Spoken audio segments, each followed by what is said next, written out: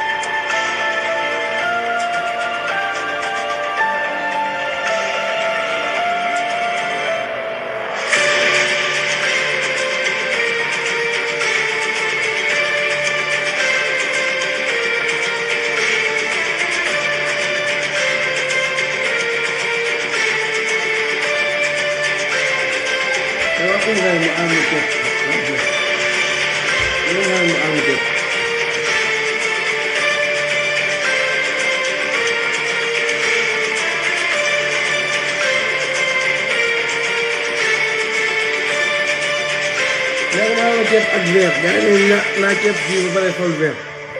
pour ñu mën a accepter li may wax xëy rek ceeb ak verre yu noir ndeysaan tabafakalla masha Allah sama gars yi sama téléphone day explosé sama message day explosé su ma demee WhatsApp ñu ngi may bind su ma demee Twitter ñu ngi may bind su ma demee Instagram ñu ngi may bind fu ma dem ñu may bind ñu ne ma may leen damay répété parce que sama gars yaa ngi damay répété gars yi ne ma avant de répéter il faut nga wax ci waat ñàkk ma àlloon leen ak tamit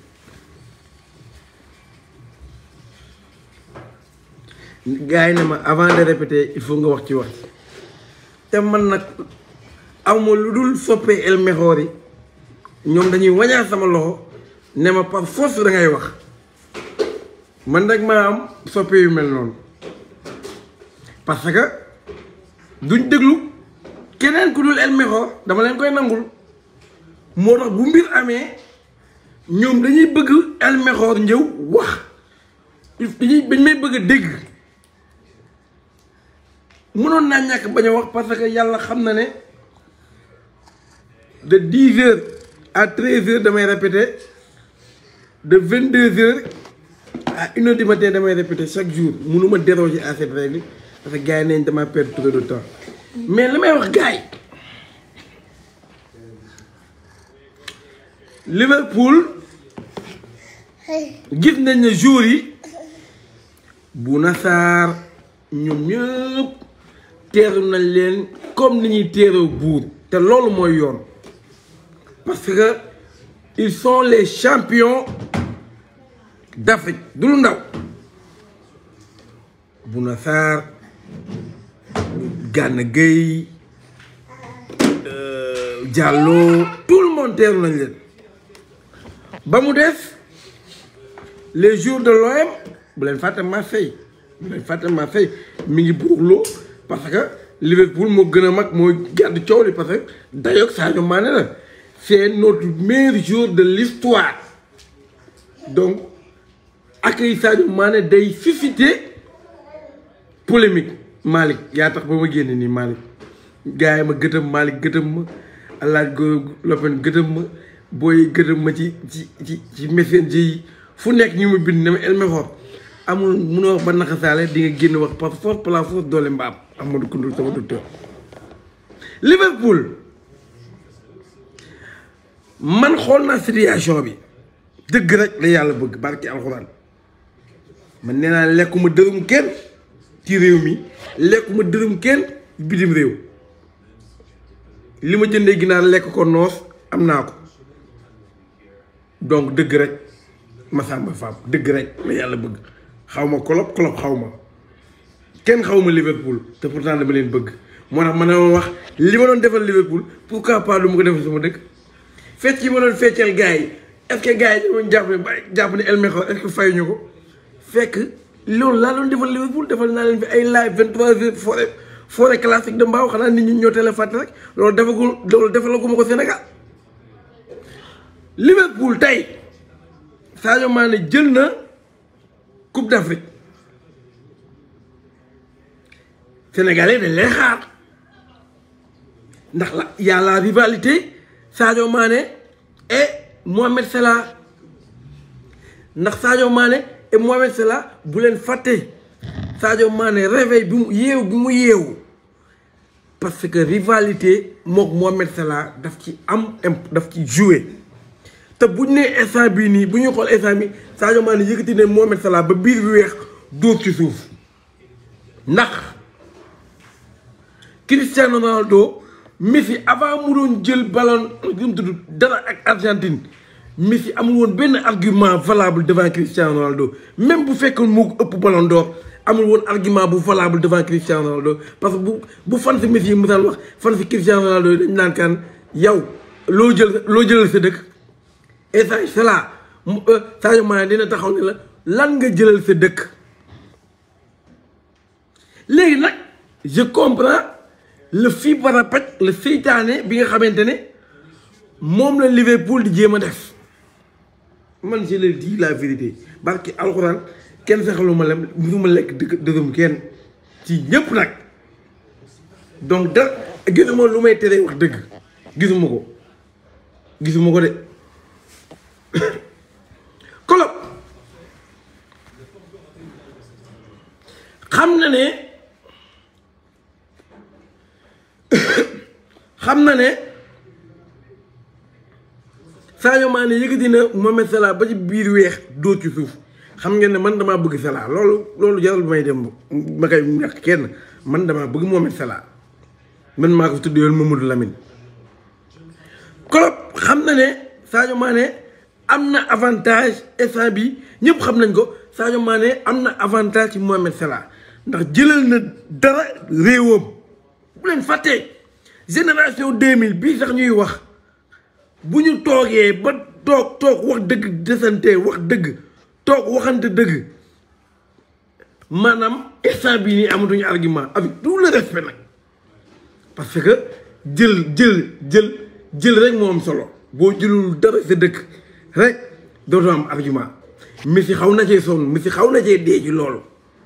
Messi ñu ñàkk a jël Argentine moo tax da daan jooy te pourtant il avait ay 5 ballons d'or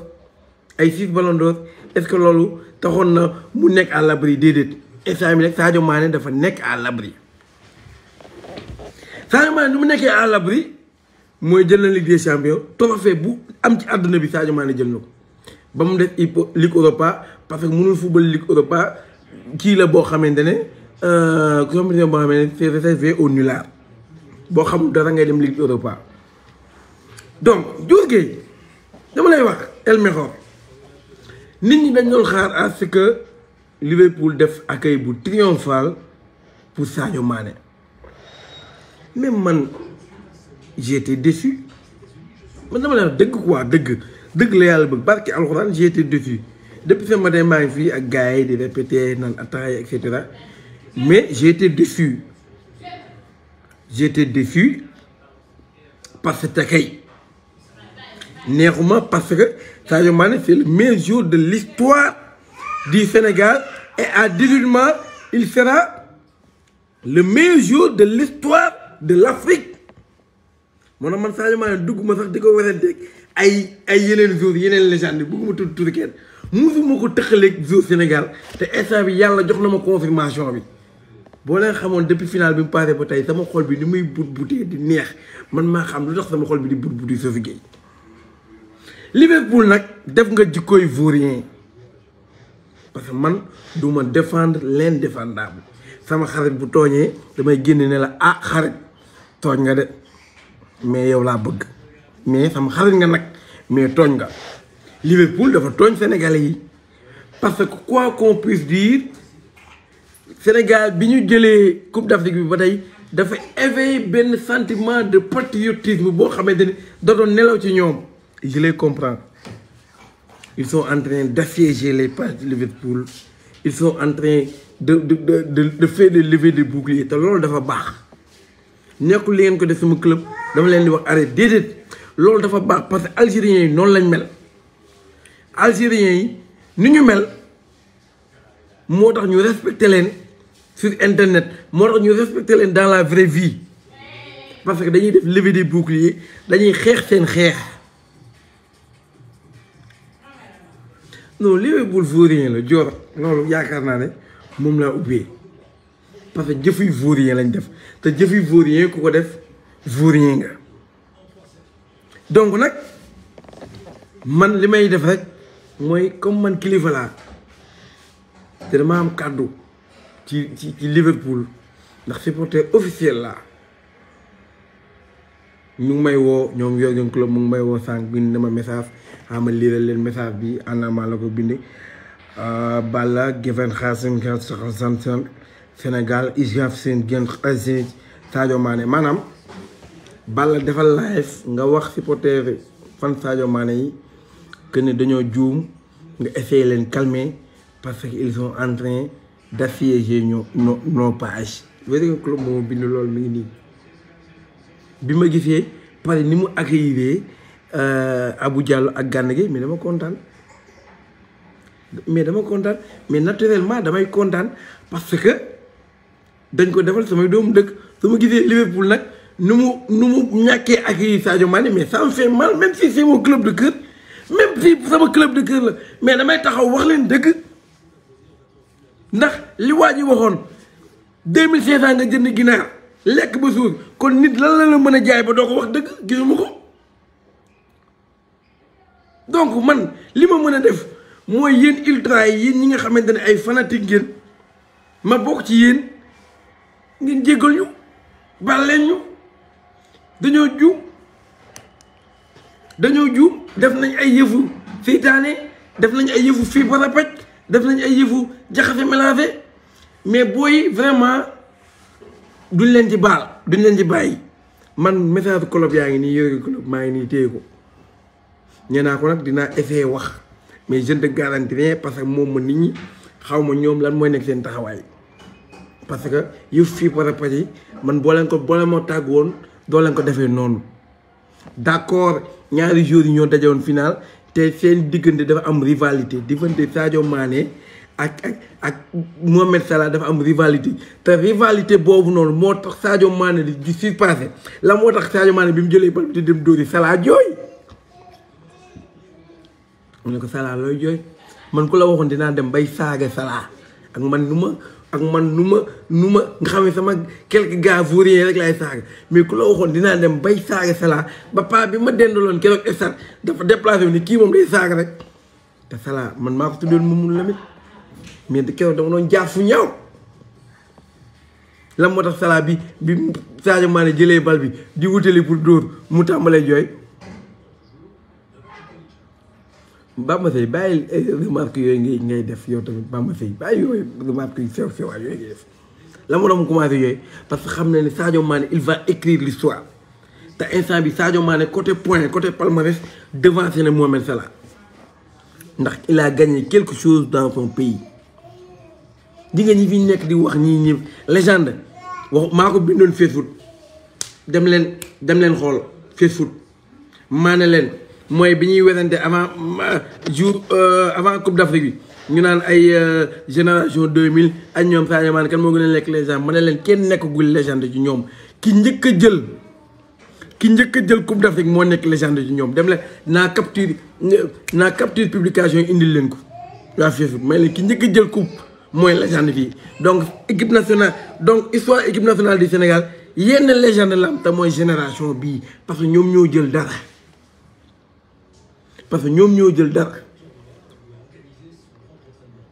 Liverpool nag dangaa juum parce que dangaa tooñ instant bi peuple boo xamante ni seen sentiment patriotique dafa yeewu wàcc ci football Dior xuja seen sentiment ci football instant bi ñi doon nelaw ci football ñëpp dañoo yeewu actuellement man damaa toog bërki dem ma ne man téemaa bàyyi football man gagné naa Premier League après 30 ans man gagné naa Coupe d'Afrique man lan lay topp di football man football fay na ma.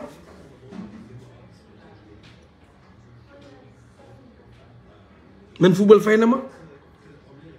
donc man xamoon naa ne nit ñi dinañ xool attentivement man xamoon naa loolu dem ba muy dëgg nee naa ne Liverpool ils ont intérêt parce que alxuraan maa ngi koy wax bàyyi see dem maa ngi Liverpool ils ont intérêt à accueillir Sadio Mané parce que gars yi duñ leen ci bàyyi dem nag maa ngi koy wax bàyyi see mais su may wax kenn du ma déglu dañ naan comédien la dafa dof waxu dof lay wax. te man su ma la xelalee adduna su ma la xelalee nga topp samay xalaat yaakaar naa ne boo ci tegee 2 jours 3 jours 1 mois di nga ne ah bala li ma xelaloon de baax na dégg ba may dëdd wax naa ko ma ne ko accueil bi ils ont intérêt à bien accueillir Mané sinon le monde va s'effondrer sur eux dégg maa ngay wax tey ma yeewu gis nañ ñu dugal benn vidéo ma leen nelaw ngeen de gars yaa ngi ñëw de bi ma toogee après ma dugg Facebook gis gars yi def levée de bouclier ma ne ah nelaw ngeen man maa ngi répété de mënu ma leen layal dara jékku leen xeex bi mais bu ma déggee xeex ba ci yàgg Malick ay ñoom alaaj góor dañ maa dugal ci xeex bi ne ma foo nga wax parce que yaa ngi doon wax Liverpool ndax yaa elme xool foo nga wax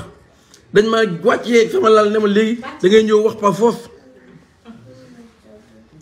te loolu Liverpool moo ko yóbbee boppam parce que moo def ay yëfu fii para pàcc ay yëfu seytaane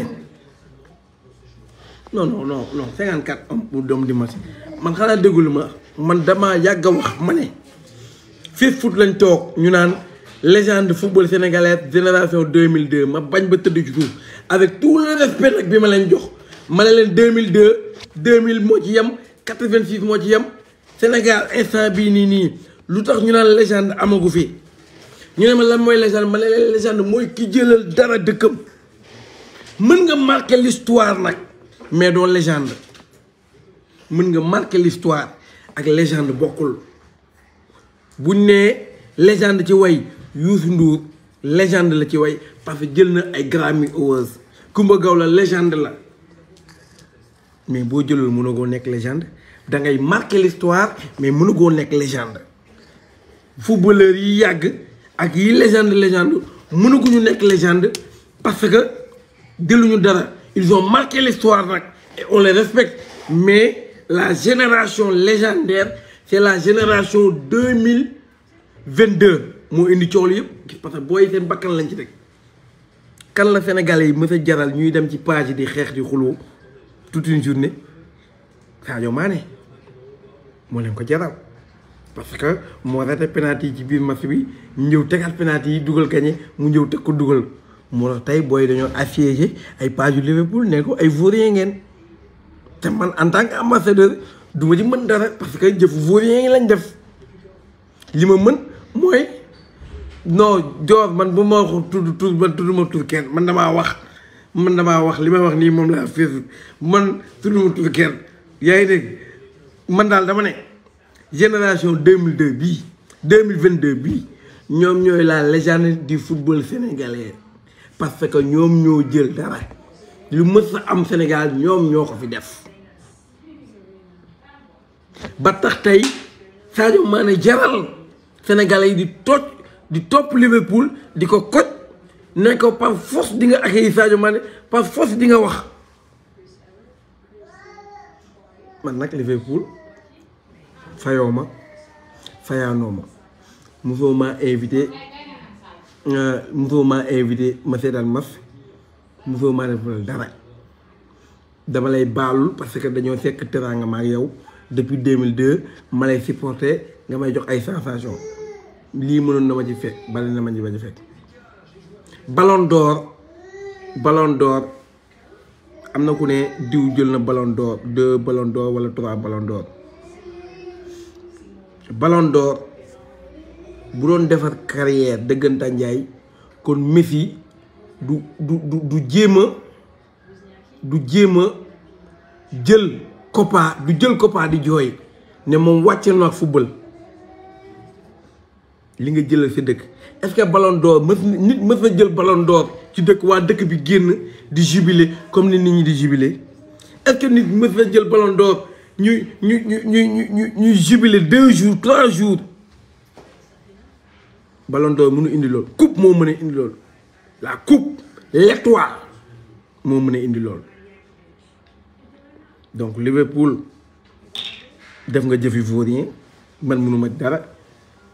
xanaa nga rattrapé wu wala peut-être am na looy waaj xaw ma mais dama ne au ce moment fi ñu toll nii parce que El Mejor warul juum parce que bu juumee xale yi dañuy juum xaw ma nag ba xam daa am looy waaj booy recevoir pour le premier match de Sadio Mané xaw ma mais actuellement nii au moment où je parle parce que bëgguma ko ma vaar parce que El Mejor kenn waru ko vaar parce que bu ma juumee xale yi dañuy juum mais actuellement nii def nga jëfi vaurien parce que le meilleur jour de l'histoire du Sénégal je pèse bien mes mots ki nga xamante ne moo mës a jël 5e ballon d'or jël ballon d'or ki nga xamante ne moo teg dugal gagné raté penalty ci match bi teg dugal gagné dóor ko fa mu ko dóoroon dugal ko bu ñëw da nga ko war a accueillir avec tous les honneurs xaw ma nag nee naa li may wax day leer xaw ma loo leen waajal après lan moo nekk seen plan de com ba xam day ñëw stade ngeen defal ko stade ni ovation taalal ko ay fumigène ay pétard tëf xaw ma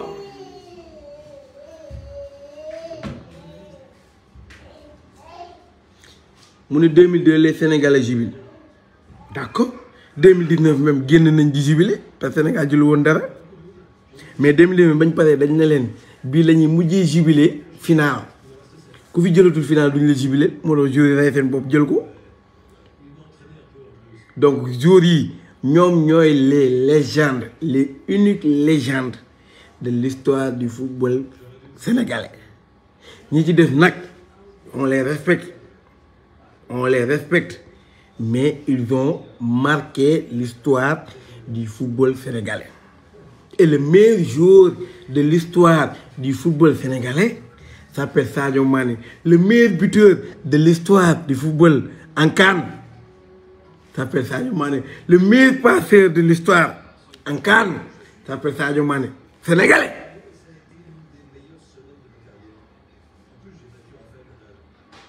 Donc l'étoile sur le maillot ça vaut de l'or. Donc Liverpool mooy li may wax rek message ñu ngi jolli ñoom parce que ñoom dañ may seetaan 1200 personnes 1300 personnes di ma suivre xam nga ne waa Liverpool ñu ngi ci parce que dañuy ut ay Google Traduction xam nga dañuy ut ay Google Traduction di seetaan El Mejor parce que xam nañ ne maa leen mën a baalu nee naa leen nag dinaa baalu mais il faut se rattraper. Il faut se rattraper parce que Sadio Mané en 2017 wala affaire yooyu noonu maanaam peut-être sénégalais yi xamuñu ko woon wala peut-être gëmuñu ko woon mais instant bi sénégalais bu ci nekk pour yow yaa gën a bëgg Sadio Mané yaa gën a bëgg sa moroom Sadio Mané donc ko gars yi dañuy bëgg ku ko dalal def ko comme roi di ko nabbee ba Sadio Mané ku ñu war a nabbee la ku ñu war a nabbee la ku ñu war a kontaan loola parce que da ko liggéey donc Liverpool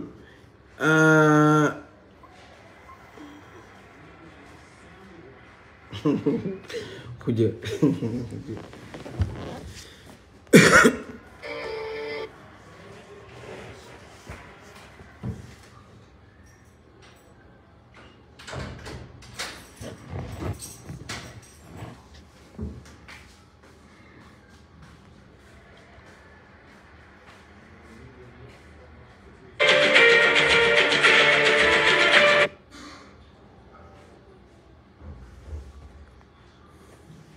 donc gars yi nag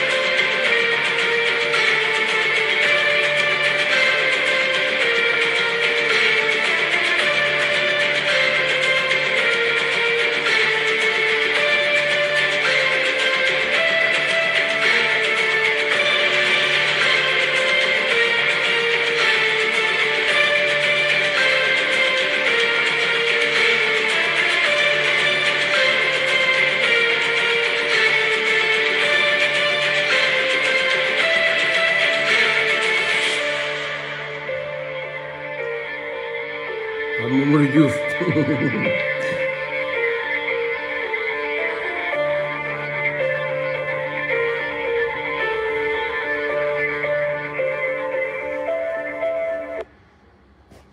waaw gars yi Messi man maa ngi dem répété barki yàlla ba damay ñu désactiver sama Facebook sax parce que sinon gars yi may mere quoi du ma répété normalement donc gars yi maa ngi rew répété Messi Liverpool Pape Mamadou Diouf nañu wax dëgg club bi dafa def ji koy vaurien te loolu baaxul jour bu mel ni Sadio Mané yaakaar naa ne instant bi Sénégalais dañ ci teg seen bakkan footuñ ci te voilà quoi c'est ça te ils ont raison parce que Sadio voilà il nous a vachement représenté. Il a déposé ses entre guillemets ses couilles sur le terrain. Def na li mu waroon def lépp il a tout déposé sur le terrain. Cette génération ils ont tout déposé sur le terrain moo tax il mérite tout vraiment xuja donc vraiment man je n'ai plus rien à dire donc di leen wax ne le 12 mars gars yi le 12 mars nag il faut que ngeen teew ñëpp la ngeen war a teew parce que yéen a war a teew man yéen laa am show bi boo xoolee ay nitu Facebook quasiment laa ko tuddee parce que dama xam ne fii laa démarré fii moo ma def lu ma doon tey te doonuma dara donc show bi yéen seen show la te yéen a ji mën a jàpp bu baax waaw parce que boo leen ci jàppul du baax yéen a ji war a jàpp meen yéen a war a non man ay parce que man leen wax bàyyi naa football gëmoo leen ma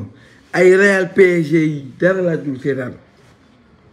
daal bàyyi fee sànq moo ñëw naa man Paris mi ngi football xaw ma niif xaw ma ne ko saa man taluma ko maa ngi samay vibes